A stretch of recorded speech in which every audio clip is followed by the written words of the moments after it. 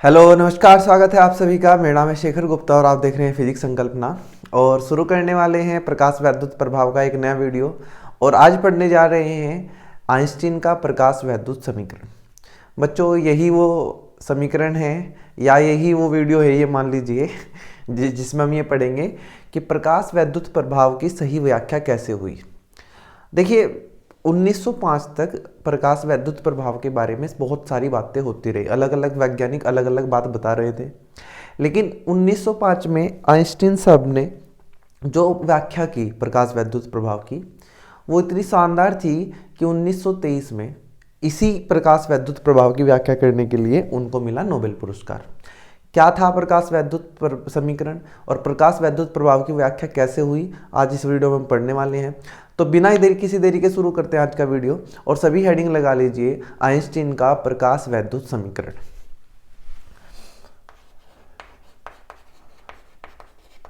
Einstein का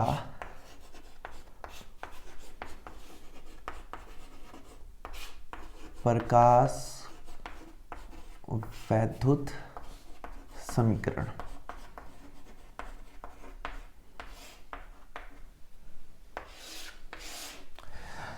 बच्चों, इस प्रकाश वैद्युत समीकरण को समझने के लिए बहुत आसान है, ये कोई ज़्यादा लंबा चौड़ा इसमें खेल नहीं करना हमें, बस बेसिक सी चीज़ें हमें समझते चलनी है। मैं एक टेबल बना के आपको समझा रहा हूँ, उसके बाद आप ही अपने आप से देखेंगे कि ये कितना आसान है समझना। मान लीजिए आपके पास ये कोई धातु का पृष्ठ है बच्चों, और इसके ऊपर ये जो प्रकाश आके गिर रहा है, जिसमें कौन आ रहे हैं, फोटान। हमने कहा प्रत्येक फोटान की ऊर्जा E है। बच्चों ध्यान रखना, ये प्रकाश की ऊर्जा नहीं है E, ये है एक फोटान की ऊर्जा। और एक फोटान की ऊर्जा को व्यक्त करते हैं बच्चों E बराबर h न्यू से, जहां h है प्लैंक का नियतांक और न्यू है आवृत्ति। और आप सभी जानते हैं कि एक फोटान धातु के पृष्ठ से एक ही इलेक्ट्रॉन को निकाल सकता है। अगर निकाल सकता है तो मैंने आपको ये बातें समझा रखी हैं कि कोई फोटान आएगा तो जरूरी नहीं है कि वो इलेक्ट्रॉन को निकाल के ही जाएगा। हो सकता है वो अपनी ऊर्जा दे और इलेक्ट्रॉन फिर भी ना निकल पाए। लेकिन अगर वो उसको निकाल पा रहा है तो एक फोटान केवल एक ही इलेक्ट्रॉन को निकाल पाएगा। तो हमने कहा, मान लेते हैं इस धातु का कार्यफलन फाई है। ये धातु का पृष्ठ है और ये ऐसी धातु है बच्चों जिसका कार्यफलन फाई है। कार्यफलन अब तक आपको क्लियर हो गया, अगर ये वीडियो आप देख रहे हैं पीछे की वीडियो देख के तो आपको कार्यफलन आ ही गया होगा। लेकिन मैं फिर भी बता देता हूँ कि कार्यफलन वो सबसे कम ऊर्जा होती है बच्चों जो इलेक्ट्रॉन को धातु के पृष्ठ से निकालने के लिए जरूरी होती है। अगर आपने कार्यफलन से कम ऊर्जा दी तो ये गारंटी में हम दे सकते हैं कि इलेक्ट्रॉन कभी भी धातु के पृष्ठ से नहीं निकलेगा।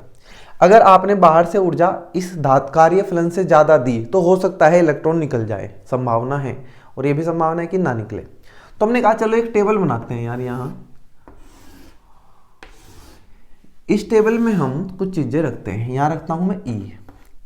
ये E है बच्चों फोटान की ऊर्जा, जो फोटान आके यहाँ गिरेगा इस धातु के पृष्ठ पे, और ये है उसका कार्यफलन। यहाँ मैं लिख रहा हूँ व्यय ऊर्जा। अब इसका मतलब समझाऊंगा कि व्यय ऊर्जा क्या है। और यहाँ लिखता हूँ मैं गतिज ऊर्जा। अभी यह थोड़ी सी चीजें आपको नहीं लगेंगी, लेकिन अभी समझ आने वाला है आपको। हुआ क्या बच्चों, जैसे ही ये फोटान इस धातु के पृष्ठ पे आके गिरते हैं तो प्रत्येक फोटान अपनी ऊर्जा को धातु के पृष्ठ में बैठे हुए किसी इलेक्ट्रॉन को दे देता है। फोटान कहेगा लो भाई इस ऊर्जा को लो और आप बाहर निकल जाओ। इलेक्ट्रॉन ने कहा भैया निकल जाएंगे, लेकिन मुझे सबसे कम ऊर्जा कितनी चाहिए, फाई, क्योंकि धातु के पृष्ठ का कार्यफलन क्या है, फाई। इसने कहा अगर आप मुझे फाई ऊर्जा दे सकते हैं तो ठीक है, उससे कम देंगे तो मैं नहीं निकल पाऊंगा। ये इलेक्ट्रॉन कह रहा है भाई, अगर ये ऊर्जा E इस फाई से ज्यादा हुई तो इलेक्ट्रॉन कोशिश करेगा बाहर निकलने की।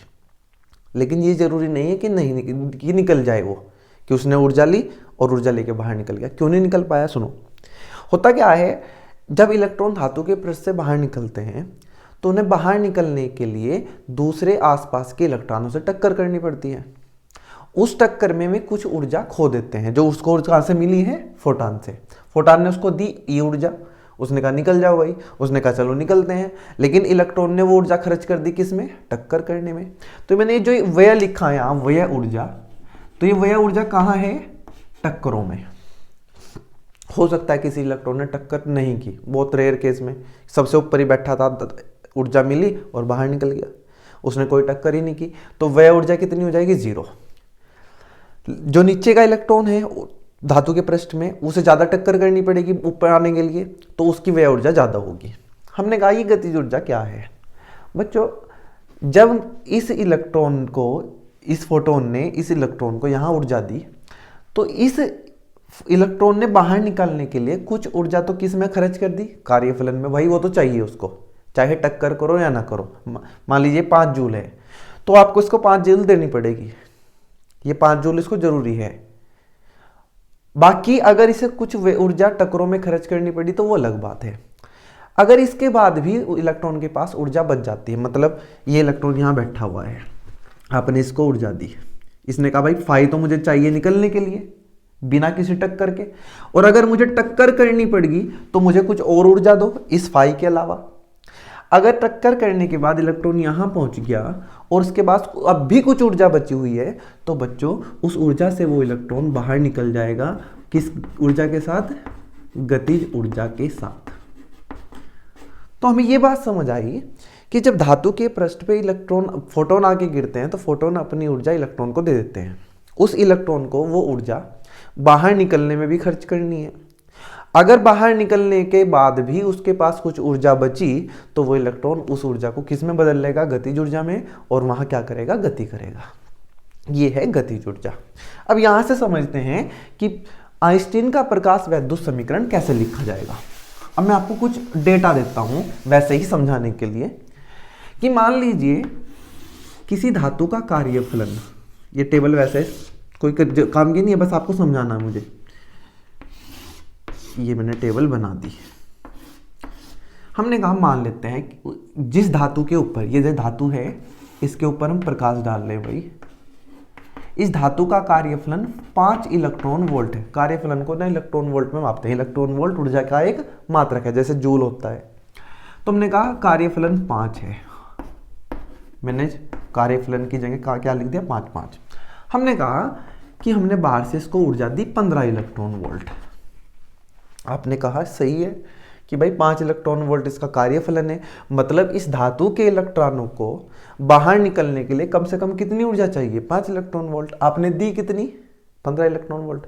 कार्यफलन का मतलब जानते हैं ना कि इलेक्ट्रॉनों को बाहर निकलने के लिए कम से कम इतनी ऊर्जा की जरूरत है। अगर आप इतनी नहीं देंगे तो बिल्कुल भी नहीं निकलेंगे, लेकिन आपने उससे ज्यादा दी, आपने दी 15। हमने कहा हर बार हमने 15 दी।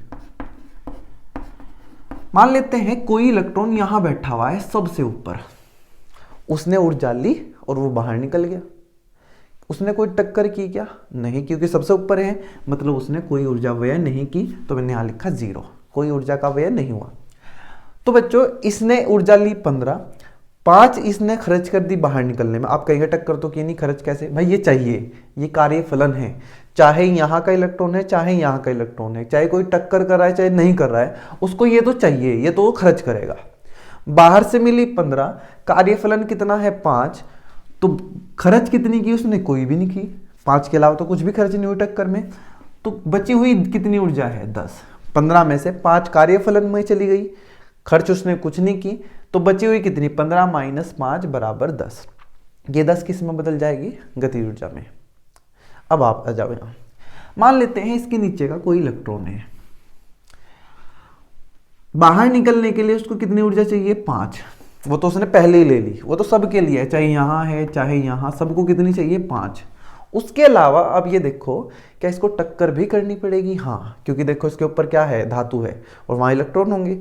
मान लेते हैं इसने टक्करों में कितनी ऊर्जा व्यय कर दी, 5 इलेक्ट्रॉन वोल्ट। भाई 15 मिली थी, 5 इसका कार्यफलन में चली गई, 5 इसने टक्करों में खर्च कर दी, बची कितनी, 15 में से 10 गए 5। इस 5 को ये क्या बना लेगा, गतिज ऊर्जा, मतलब इलेक्ट्रॉन बाहर निकल गया। अगले उस पे आते हैं, अब इसकी बात करते हैं जो बहुत नीचे है। हमने कहा कि मान लेते हैं इसे 15 इलेक्ट्रॉन वोल्ट ऊर्जा मिली, 5 इसने कार्यफलन में खत्म कर दी और 10 इसने टक्करों में खर्च कर दी। 10 तो अब इसने खर्च कितनी कर दी टोटल, 10 और 5 15, मिली कितनी थी 15। अब कितनी ऊर्जा बची, 0। मतलब जो इलेक्ट्रॉन है वो धातु के पृष्ठ पे तो आ गया, निकल चुका है इलेक्ट्रॉन बच्चों इसी केस में, लेकिन वो चल नहीं पाएगा क्योंकि उसके पास ऊर्जा ही नहीं बची। वो धातु के पृष्ठ से निकला और धातु के पृष्ठ पे बैठ जाएगा। चलने के लिए उसको किसकी जरूरत है, ऊर्जा की। हमने कहा कि अब अगर वो नहीं चल पा रहा है तो उसकी गतिज ऊर्जा कितनी है, 0। अब एक केस और करते हैं, इससे भी नीचे का इलेक्ट्रॉन मानते हैं। आपने उसे फोटान भेजा उसके पास, उसने फोटान ने इसको कितनी ऊर्जा दे दी, 15। इसने कहा भाई 5 तो मुझे चाहिए, ठीक है, लेकिन इसने टक्कर में ही कितनी खर्च कर दी, 12। यहाँ के इलेक्ट्रॉन ने टक्कर करते करते कितनी खर्च कर दी, 12। अब निकलने के लिए इसको कितनी चाहिए थी, 5। ये 5 चाहिए उसको निकलने के लिए, ये तो टक्करों में खर्च कर रहा। अब टक्कर में खर्च कर दी 12, बची कितनी, 3, चाहिए कितनी, 5। भाई टोटल कितनी है, 15, खर्च कर दी 12, बची कितनी, 3। अब इलेक्ट्रॉन बाहर नहीं निकल पाएगा। है ना गजब, कि भाई चाहिए थी 5 निकलने के लिए, हमने दी भी 15 है, लेकिन इलेक्ट्रॉन फिर भी नहीं निकला क्योंकि उसने टक्करों में ज्यादा ऊर्जा खर्च कर दी बच्चों। अब इस टेबल को ध्यान से देखिए, अगर मैं आपको इस टेबल से ये पूछूं कि जो इलेक्ट्रॉन बाहर निकलते हैं उनकी गतिज ऊर्जा सबसे ज्यादा कितनी है, तो आप इसने देखा यहाँ 10 5 0 और यहाँ तो निकला ही नहीं है, तो सबसे ज्यादा गतिज ऊर्जा 10 है। हमने कहा धातु के पृष्ठ से निकलने वाले इलेक्ट्रॉनों की सबसे ज्यादा ऊर्जा, गतिज ऊर्जा, अधिकतम गतिज ऊर्जा की अधिकतम गतिज ऊर्जा कितनी है, तो आपने कहा कि भाई 10 है। आपने कहा सबसे ज्यादा, इस टेबल से देखो आराम से, कोई दिक्कत नहीं। कैसा आई है, ये आई है 15 माइनस 5। 15 क्या है बच्चों, ई, और 5 क्या है, फाई। तो इसका मतलब कि जो धातु के पृष्ठ से इलेक्ट्रॉन निकलते हैं उनकी सबसे ज्यादा गतिज ऊर्जा कितनी हो सकती है, ई माइनस फाई, और इस अधिकतम गतिज ऊर्जा को लिखते हैं बच्चों के मैक्सिमम। कुछ किताबों में इसे ई के लिखा होता है, ई के, ई माइनस फाई। ये जो समीकरण आई बच्चों निकल के, या ये कह लो या ये कह लो, इसको बोलते हैं आइंस्टीन का प्रकाश वैद्युत समीकरण। तो अब आप समझ गए होंगे कि आइंस्टीन का प्रकाश वैद्युत समीकरण हमें यह बताता है कि जब धातु के पृष्ठ से इलेक्ट्रॉन निकलेंगे तो उनकी सबसे ज्यादा गतिज ऊर्जा कितनी हो सकती है, ई माइनस फाई। क्या हमेशा सबसे ज्यादा ऊर्जा 10 होगी, नहीं। देखो यहां से 10 है, ये तब है जब उसने टक्कर में कोई ऊर्जा खर्च ही नहीं की। 5 खर्च की तो कितनी गतिज ऊर्जा है, 5। कहीं 0 है और कहीं तो उसके पास ऊर्जा है ही नहीं, वो निकल ही नहीं पाया। तो यहां से ना थोड़ा सा कन्फ्यूजन दूर करते हैं। क्या दूर करते हैं, यहां से हम ये ध्यान रखते हैं कि जो ये आइंस्टीन का प्रकाश वैद्युत समीकरण है ये हमें बताता है धातु के पृष्ठ से निकलने वाले इलेक्ट्रॉनों की अधिकतम गतिज ऊर्जा कितनी होगी। हमेशा उतनी ही होगी ऐसा नहीं है। देखो 10 भी है, 5 भी है, 0 भी है, लेकिन मुझे ये पता कि अगर कोई इलेक्ट्रॉन सबसे ज्यादा गतिज ऊर्जा से निकल सकता है तो उसकी सबसे ज्यादा गतिज ऊर्जा 10 होगी, 10 से ज्यादा नहीं हो सकती। और ये 10 क्या है बच्चों, ई माइनस फाई। और ये तब है जब टक्कर में कोई ऊर्जा व्यय नहीं हो। अगर टक्कर में ऊर्जा खराब करनी पड़ी, उसे व्यय करनी पड़ी, तो उसकी जो गतिज ऊर्जा है इलेक्ट्रॉन की बाहर निकलने वाले की, वो 10 से कम होगी हमेशा, मतलब ई माइनस फाई से कम होगी। तो ये है बच्चों हमारा आइंस्टीन का प्रकाश वैद्युत समीकरण। क्या मैं आपको अच्छे से समझा पाया इसे? ध्यान रखना कि के मैक्सिमम, के का मतलब काइनेटिक एनर्जी, गतिज ऊर्जा सबसे ज्यादा मैक्सिमम कितनी होती है, ई माइनस फाई।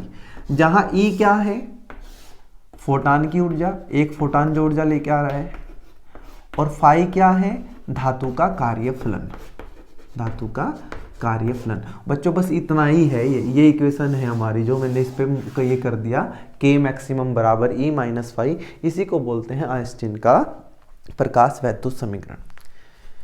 आगे बढ़ते हैं और बात करेंगे इसी समीकरण को लेके। इसको नोट कर लेना आप लोग भाई सब।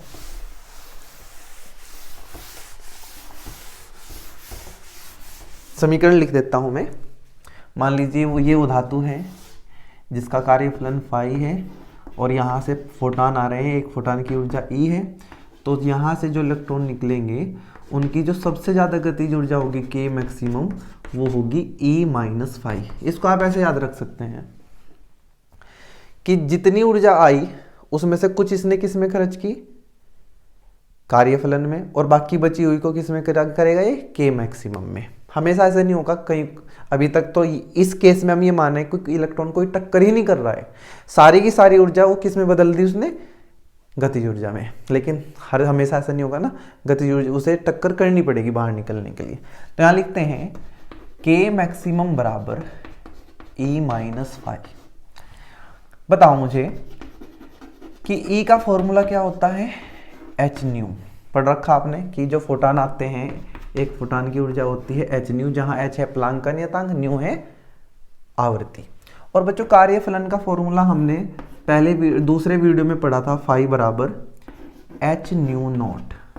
क्या पढ़ा था, एच न्यू नॉट, जहां न्यू नॉट क्या है, देहली तरंग दैर्ध्य है। तो ये आपको देखना पड़ेगा। तो मैं फाई की जगह कितना रख देता हूं, एच न्यू नॉट। यहां से आप क्या कर लो, अब थोड़ा सा मैथमेटिक्स आएगा भाई। अब इस इक्वेशन को ध्यान से देखो, हो ना हो कि सब ने, चाहे बायो वाले हैं चाहे भाई मैथ्स वाले हैं, ये इक्वेशन आप सब ने पढ़ी है, y बराबर mx प्लस सी। और नहीं पढ़ी है तो भाई पढ़नी पड़ेगी, क्योंकि इसके बिना काम नहीं चलेगा। ये मैंने दो एक्सिस बनाए, ये है आपका x एक्सिस और ये है y एक्सिस। ये इक्वेशन आपने पढ़ी होगी, y बराबर mx प्लस सी, जहां m क्या होती है बच्चों, ये ना एक सरल रेखा का समीकरण है। सरल रेखा किसको बोलते हैं, जो सीधी रेखा हम खींच देते हैं, सरल रेखा। ये एक सरल रेखा का समीकरण है जिसमें ये m हमें बताता है रेखा की प्रवणता। m क्या बताता है, रेखा की प्रवणता। प्रवणताओं का मतलब ढलान, कि रेखा ज्यादा का झुकाव ज्यादा है या कम है। m ज्यादा होगा तो झुकाव ज्यादा होगा, m कम होगा तो झुकाव कम होगा। और बच्चों इस m का फॉर्मूला होता है tan थीटा। ये जो थीटा है ये कोण है, रेखा बनाती है भाई, ये जो हमारी रेखा है वो कोण बनाती है थीटा, किसके साथ, धनात्मक x एक्सिस के साथ, इस वाली एक्सिस के साथ, ना कि इसके साथ, ध्यान रखना। तो हमने कहा यार ये इक्वेशन इसके जैसी लग रही। देखो अगर मैं इस इक्वेशन को इससे कंपेयर करूं तो यार y की जगह आपको क्या दिखाई दे रहा, k मैक्सिमम, ठीक है। आपको m की जगह क्या दिखाई दे रहा, h। m की जगह क्या दिखाई दे रहा, h। x की जगह क्या दे रखा, न्यू आवृत्ति। और c की जगह हमें क्या दिखाई दे रहा है, minus H new not, minus H new not. और माइनस एच, ये एच न्यू नॉट क्या है, ये कार्यफलन है। तो हम क्या करता हूं, अब जहां x लिखा हुआ है यहां लिखता हूं न्यू, मतलब आवृत्ति। ग्राफ खींचना है, बहुत इंपॉर्टेंट है आपके लिए। जहां x था, x की जगह हमने क्या रखा, न्यू। और जहां y है वहां लिखते हैं k मैक्सिमम। y की जगह क्या लिखते हैं, k मैक्सिमम। अब ग्राफ खींचते हैं, इसको हटा देता हूं मैं, हमारा काम हो गया। इससे आगे बढ़ते हैं। अब बच्चों इसको मैं दोबारा लिखता हूं, k मैक्सिमम बराबर e की वैल्यू h न्यू, फाई की वैल्यू h न्यू नॉट। अब आपको ग्राफ किस किस के बीच खींचना है, k मैक्सिमम और न्यू मतलब आवृत्ति के बीच। हम क्या करते हैं, इस समीकरण में न्यू को 0 डाल देते हैं। न्यू मतलब आवृत्ति, इस आवृत्ति को कितना डाल देते हैं, 0, मतलब ये यही तो है 0। यहाँ से आगे बढ़ेगी प्लस, पीछे जाएंगे तो माइनस। तो यहाँ न्यू कितना है, 0। जब मैंने इस इक्वेशन में न्यू को 0 डालना तो k मैक्सिमम कितना आया, ये 0 हो गया, माइनस एच न्यू नॉट। मतलब k मैक्सिमम की वैल्यू निकल के आई h न्यू नॉट। जब न्यू कितना है, 0।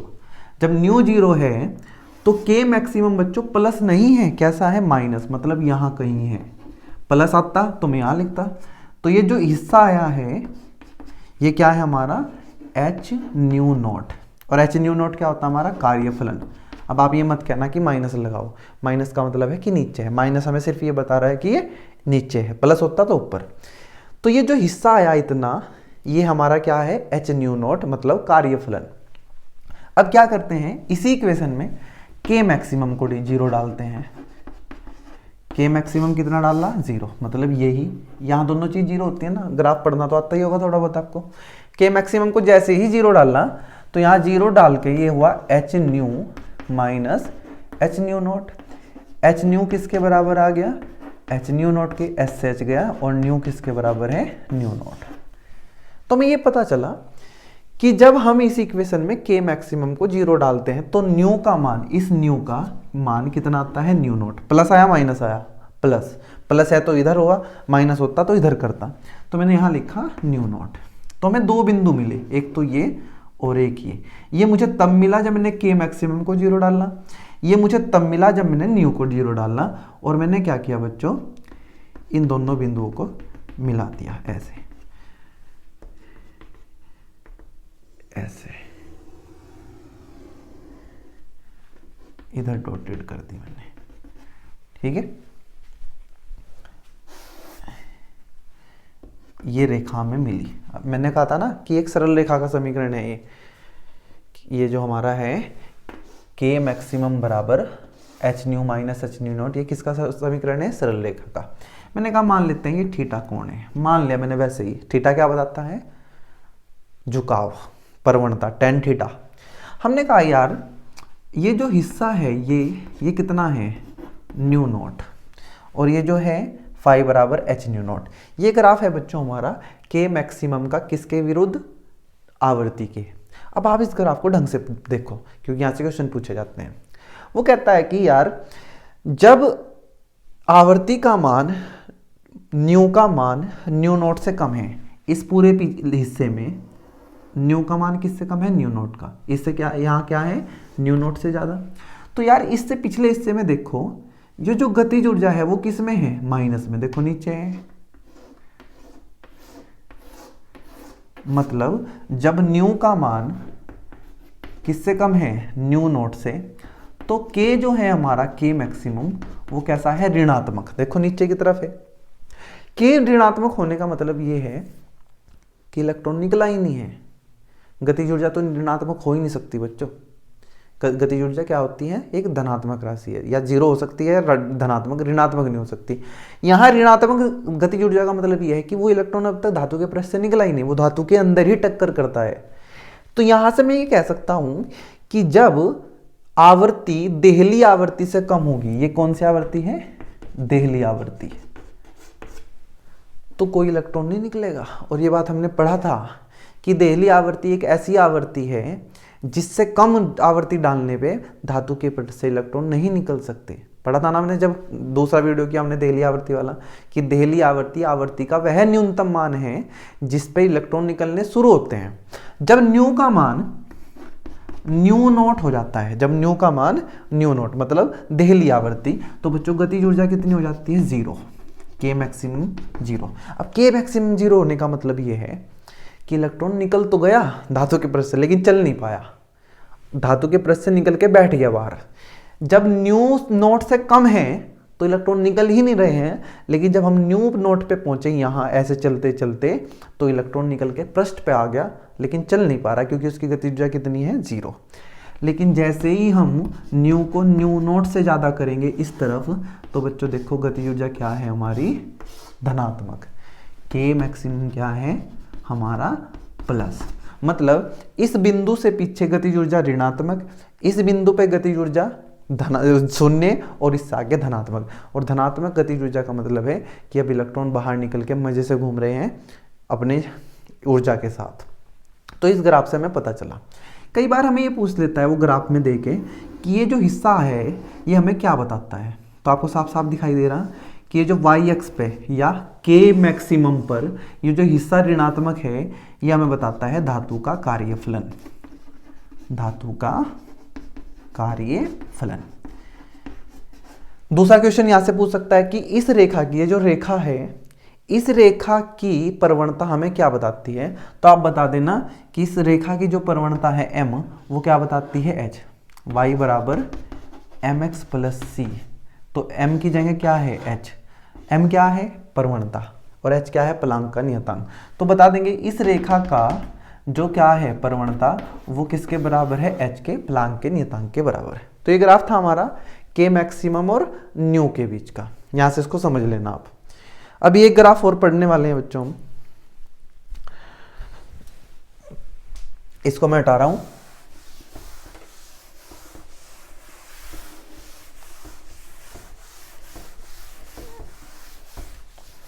लीजिए भाई, आगे बढ़ते हैं और बात करते हैं निरोधी विभव की। पढ़ा था ना आपने निरोधी विभव, ऐसा विभव जिस पे प्रकाश वैद्युत धारा शून्य हो जाती है क्या कहलाता है, निरोधी विभव। V नोट से इसको प्रदर्शित करते हैं हम। हमने देखा था कि अपने वोल्टेज बदल दी थी, उल्टा कर दिया था बैटरी को, फिर उसको बढ़ाते गए, इलेक्ट्रॉनों ने पहुंचना बंद कर दिया तो धारा शून्य होगी। ऐसे ही वोल्टेज जिस पे धारा शून्य होगी उसको बोलना निरोधी विभव। इसका फॉर्मूला जब हमने निकाला बच्चों, इसका फॉर्मूला निकल के आया था K मैक्सिमम बटे E। E क्या है, इलेक्ट्रॉन पर आवेश, K मैक्सिमम है उसकी अधिकतम गति ऊर्जा, और V नोट क्या है हमारा, V नोट है हमारा निरोधी विभव। यही आता है ना, K बराबर QV से, Q आवेश, V विभवांतर। इस विभवांतर ने उन इलेक्ट्रॉनों को रोका था जिनकी गति ऊर्जा सबसे ज्यादा थी। अब ग्राफ में हम क्या करने वाले हैं, यहां तो रखेंगे वही आवर्ती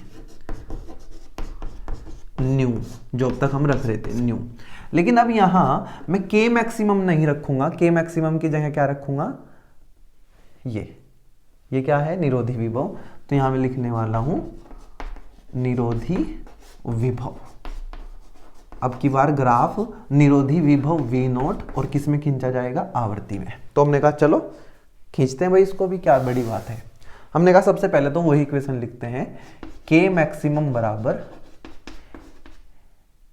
E माइनस फाइव।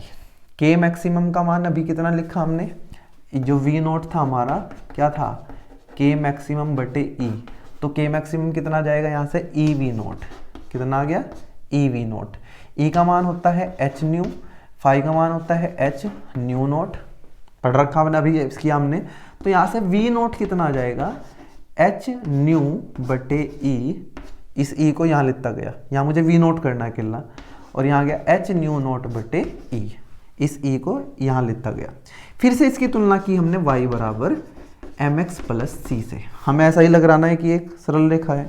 हमने देखा यार y की जगह क्या है, v नोट। तो देखो y की जगह हमने क्या लिख रखा, v नोट।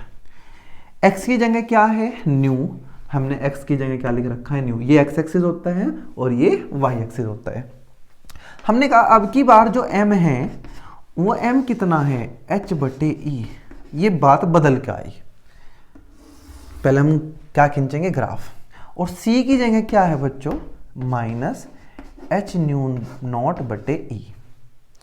हमने कहा चलो इसको ही आगे करते हैं। इस इक्वेशन में ये जो इक्वेशन है ये इसको करते हैं v नॉट बराबर h बटे e न्यू माइनस h बटे e न्यू नॉट। इसमें क्या करते हैं, न्यू को जीरो डालते हैं भाई, न्यू बराबर जीरो। न्यू क्या है, आवर्ती। जैसे ही मैंने न्यू को जीरो डालना तो v नोट का मान कितना है, ये तो जीरो हो गया, माइनस h बटे e न्यू नोट। मतलब जब आवर्ती जीरो है तो निरोधी विभव v नोट जीरो नहीं है, कितना है, माइनस h बटे e v नोट। माइनस का मतलब नीचे की तरफ ये, और ये कितना है, ध्यान से देखो, h बटे e न्यू नोट। और ये h न्यू नोट क्या होता है बच्चों, ये होता है कार्यफलन। तो मैं इसको क्या भी लिख सकता हूँ, फाई बटे ई। मतलब अभी पिछले ग्राफ में ये फाई आया था जब यहाँ क्या था, K मैक्सिमम, और जैसे ही मैंने यहाँ क्या डाल लिया, निरोधी विभव, तो यहाँ निकल के आया फाई बटे ई। मतलब इस ग्राफ में जब ये V नोट होगा तो ये वाला हिस्सा में बताएगा फाई बटे ई। पिछले वाला ग्राफ में ये क्या बता रहा था मैं, फाई कार्यफलन। हमने कहा चलो न्यू को जीरो डाला तो ये हुआ। अब क्या करते हैं, V नोट को जीरो डालते हैं। V नोट बराबर जीरो डालना, और V नोट को जीरो डालने पे हुआ जीरो बराबर h बटे ई न्यू माइनस h बटे ई न्यू नोट। h बटे ई को मना के जीरो हो गया, तो न्यू किसके बराबर आया, न्यू नोट के। ये वैसा ही हुआ जैसे पहला हुआ था। न्यू का मान कितना है, न्यू नोट। हमने फिर से इसको मिलाया और यहाँ डॉट किया। ये डॉट करने का कारण ये है कि यहाँ गतिज ऊर्जा ऋणात्मक है। फिर से वही बात कि ये हिस्सा क्या है, न्यू नॉट। जब न्यू नॉट से पीछे हैं तो ये निरोधी विभव कितना है, एच वी नॉट बटे ई, ऋणात्मक है। और जब न्यू नॉट पे पहुंच जाएंगे तो ये कितना हो जाएगा, 0 हो जाएगा। और न्यू नॉट से आगे बढ़ने पे ये कैसा हो जाएगा, धनात्मक। मतलब इससे आगे हम इलेक्ट्रॉनों को कैसा विभव दे रहे हैं, प्लस का। ऊपर देखो, ऊपर क्या है, कैसा विभव है, प्लस। और इससे नीचे कैसा है, मतलब जब न्यू नॉट से क्या है, कम। जब न्यू का मान न्यू नॉट से कम है इस तरफ, तो हमारा विभव क्या है, ऋणात्मक। ये हमारे लिए इतना इंपॉर्टेंट नहीं है, पिछला ग्राफ ज़्यादा इंपॉर्टेंट था। लेकिन आपको यहाँ से ही बातें समझनी पड़ेगी कि इस रेखा का जो प्रवणता होगी m, वो हमें क्या बताएगी, हमें m बताएगा h बटे ई। वो पूछेगा आपको कि जब ग्राफ खींचा जाएगा निरोधी विभव और आवर्ती में, तो जो सरल रेखा मिलेगी उसकी प्रवणता हमें क्या बताती है, तो आप बता देंगे h बटे ई। लेकिन अगर ग्राफ में k मैक्सिमम होता तो m किसके बराबर होता, h के। और ये पूछेगा कि ये किसके बराबर होता है, तो आप बता देना h न्यू नॉट बटे ई या फाई बटे ई। माइनस नहीं लगाएंगे, माइनस सिर्फ क्या बताता है कि ये नीचे की तरफ है। अब बात करते हैं कि इस समीकरण में ऐसा क्या है कि इसके लिए आइंस्टीन साहब को नोबेल पुरस्कार मिला। बच्चों 1905 में नोबेल आइंस्टीन साहब ने ये इक्वेशन दी और उन्होंने कहा कि जो प्रकाश वैद्युत प्रभाव है ये एक मज़ेदार घटना है। जब आप प्रकाश कैथोड के ऊपर डालते हो, कैथोड जानते हो ना, एक प्लस प्लेट, एक धातु की प्लेट ली जिस पे इलेक्ट्रॉनों की संख्या या ऋणावेश है, तो उसको कैथोड बोल दिया और उसको एनोड बोल दिया।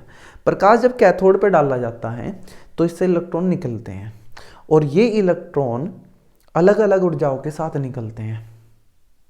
देखो ध्यान से सुनना, मजे की बात, जो फोटान आ रहे हैं हमें, उन सबकी ऊर्जा बराबर है, क्योंकि वे एक ही स्रोत से आ रहे हैं ना, सबकी आवर्ती बराबर है, तो उनकी फोटानों की ऊर्जा सबकी बराबर। लेकिन जब वे यहाँ आके गिरते हैं तो यहाँ से इलेक्ट्रॉन सब बराबर ऊर्जा से नहीं निकलते। क्यों? क्योंकि इलेक्ट्रॉन अलग अलग जगह से निकल रहे। कोई धातु के पृष्ठ से ही निकल रहा है, कोई धातु के अंदर से निकल रहा। जो धातु के पृष्ठ से निकल रहा उसे टक्कर नहीं करनी पड़ रही है, उसके पास ऊर्जा ज्यादा है तो वो तेजी से निकल रहा है। और जो अंदर से निकल रहा धातु के, उसे टक्कर ज्यादा करनी पड़ रही है और उसके पास ऊर्जा कम है, तो कम ऊर्जा के साथ निकलेगा। आइंस्टीन साहब ने कहा कि जब आप प्रकाश कैथोड के ऊपर ना डाल के एनोड के ऊपर डालते हो तो वहां से इलेक्ट्रॉन बहुत कम निकलते हैं। कम क्यों निकलते हैं? क्योंकि वहां पॉजिटिव चार्ज है, वहां धनावेश की संख्या ज्यादा है, वहां इलेक्ट्रॉन पहले ही कम है। और इलेक्ट्रॉन कम है तो निकलेंगे कैसे? मान लीजिए निकल भी गए, तो जब वो एनोड से निकल के कैथोड की तरफ बढ़ेंगे तो कैथोड पे पहले ही नेगेटिव चार्ज है और इलेक्ट्रॉन जो निकल के आ रहा है वो भी निगेटिव। तो जब निगेटिव चार्ज कैथोड की तरफ बढ़ेगा तो ये उसको प्रतिकर्षित करेगा, कैथोड उसको खींचेगा ही नहीं। और अगर ये खींचेगा ही नहीं तो हमें धारा नहीं मिल पाएगी। और यहाँ से हमें ये भी पता चला, ये सारी बातें, कि अगर प्रकाश की आवृत्ति न्यू नॉट से कम है तो इलेक्ट्रॉन नहीं निकलेंगे, न्यू नॉट के बराबर है तो इलेक्ट्रॉन निकल तो जाएगा लेकिन उसकी गतिज ऊर्जा 0 होगी, और न्यू नॉट से ज़्यादा है तो इलेक्ट्रॉन मजे में घूमता फिरेगा। इस प्रकार से हमने पढ़ा अपना आइंस्टीन का प्रकाश वैद्युत समीकरण। कुछ किताबों में बच्चों इस के मैक्सिमम को लिख देते हैं 1/2 mv² और v की जगह लिख देते हैं v मैक्सिमम, और बराबर में लिखते हैं ये h new minus h new not. तो आपको गतिज ऊर्जा का फॉर्मूला तो पता ही है, k की जगह बस हाफ mv² लिख दिया उन्होंने। तो बच्चों ये था आज का हमारा वीडियो। हमने पढ़ा आइंस्टीन का प्रकाश वैद्युत समीकरण। एक वीडियो और आएगा बस प्रकाश वैद्युत प्रभाव का, जिसमें हम पढ़ेंगे दी ब्रोगली की हाइपोथेसिस, दी ब्रोगली की परिकल्पना, और उसी में हम बात करेंगे द्वैत प्रकृति की, कि प्रकाश और पदार्थ की द्वैत प्रकृति क्या है। उम्मीद है ये लेक्चर आपको समझ आया होगा। पढ़ते रहें और खूब मेहनत करें। तो मिलते हैं नेक्स्ट वीडियो में, तब तक के लिए थैंक यू।